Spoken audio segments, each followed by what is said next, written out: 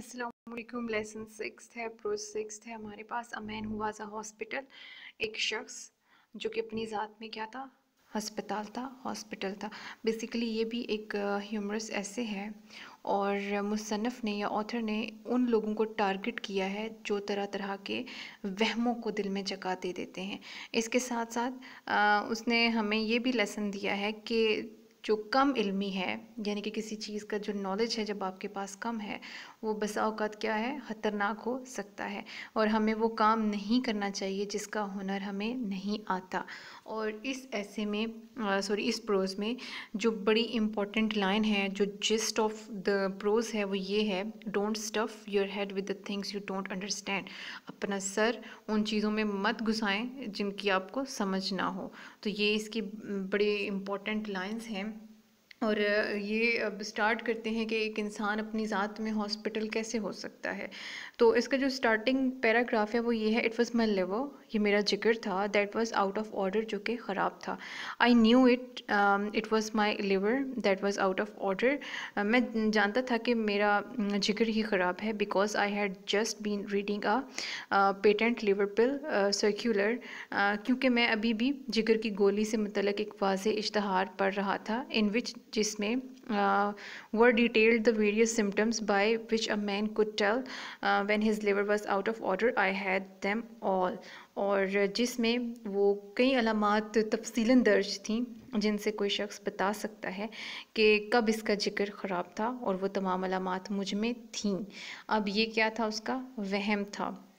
और जैसे जैसे वो पढ़ना शुरू करता है उस सर्कुलर को, उस इश्तहार को, जो कि लिवर पिल, जिगर की गोली के मुतल्लिक़ दिया हुआ होता है, उसके बारे में डिटेल में जब पढ़ना स्टार्ट करता है, उसकी सिम्टम्स को पढ़ना स्टार्ट करता है, तो वो ये कहता है कि मेरा भी जिगर ख़राब है और मुझ में भी ये अलामात हैं। अगला हमारे पास इसका पैराग्राफ है, it is a most extraordinary thing that but I never read a patent medicine advertisement without being impelled to the conclusion that I am suffering from a particular disease therein dealt with in its most virulent form. ये एक इंतहाई खिलाफ मामूल बात है, मगर इस नतीजे पर मजबूर किए जाने के बग़ैर मैंने कभी दवाई का कोई वाज़ेह इश्तहार नहीं पढ़ा था कि इसमें मज़कूरा ख़ास बीमारी अपनी शदीद तरीन शक्ल में मुझे लाहक है। तो जब वो पढ़ता है तो उसको यही समझ आती है कि उसको क्या है, ये बीमारी है और ये शदीद शक्ल इख्तियार कर चुकी हुई है। इसके बाद वो क्या करता है, इसके बाद वो ये करता है कि वो ब्रिटिश म्यूज़ियम चला जाता है और वहाँ पे जाके डिफरेंट बीमारियों के बारे में पढ़ना स्टार्ट कर देता है। और वह जो भी बीमारी पढ़ता है वो उसको यही समझ आता है कि ये भी बीमारी मुझ में मौजूद है, ये भी बीमारी मुझ में मौजूद है।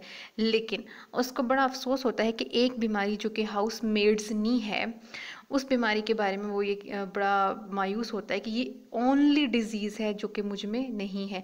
इसके अलावा वो ये कहता है कि मेरे अंदर मुझे ज़ाइमोसिस भी है, इसके बाद स्कारलेट फीवर भी है, इसके बाद ब्राइट्स डिज़ीज़ भी है, विट्रोस्टेंस एस्टी विट्रोस्टेंस भी है डिज़ीज़, वो भी है मुझ में, टाइफाइड भी है, डिप्थीरिया भी है, गॉट की डिज़ीज़ भी है मुझ में।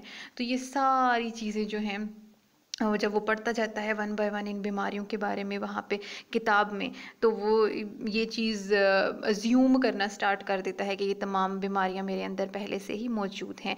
और उसको बड़ा दुख होता है, बड़ा अफसोस होता है कि एक बीमारी जो है वो मेरे अंदर मौजूद नहीं है, वो कौन सी है, हाउसमेड्स नी है। इसके बाद वो क्या करता है, वो अपने डॉक्टर के पास जाता है और जब वो सारी डिटेल उसको बताता है तो बड़ा परेशान सा होके और हॉरर में बैठा हुआ होता है। और डॉक्टर समझ जाता है कि ये महज इसका क्या है, वहम है। तो वो क्या करता है कि पहले उसका मुंह चेक करता है, गला चेक करता है, फिर उसके बाद उसकी चेस्ट पे ज़ोर से हिट करता है, फिर आगे है पैटेड हिज हेड। और इसके बाद वो क्या करता है कि वो उसको कहता है कि मैं तुम्हें एक प्रिस्क्रिप्शन लिख के देता हूँ, तुम जाओ केमिस्ट के पास, वो तुम्हें क्या दे देगा, जो भी इसमें मेडिसिन्स लिखी हुई हैं वो तुम्हें दे देगा।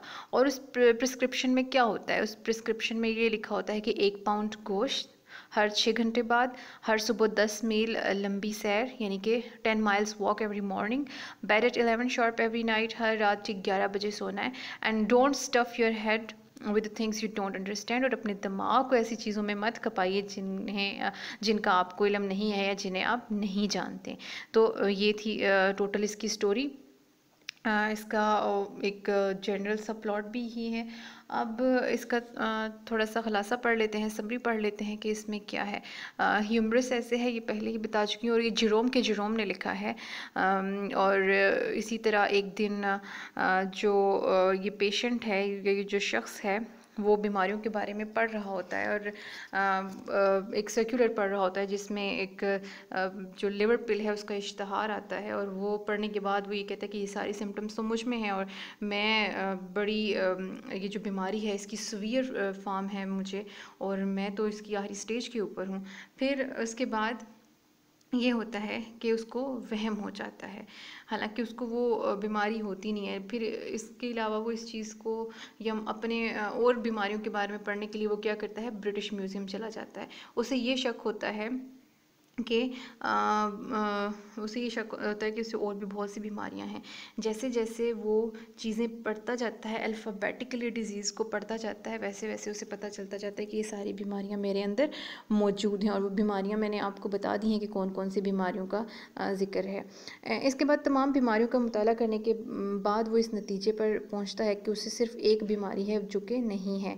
वो क्या थी, हाउसमेट्स नी, यानी कि घुटने की सूजन के अलावा उसे तमाम बीमारियां लाहक हैं, और उसे इस बात पर बड़ा दुख होता है।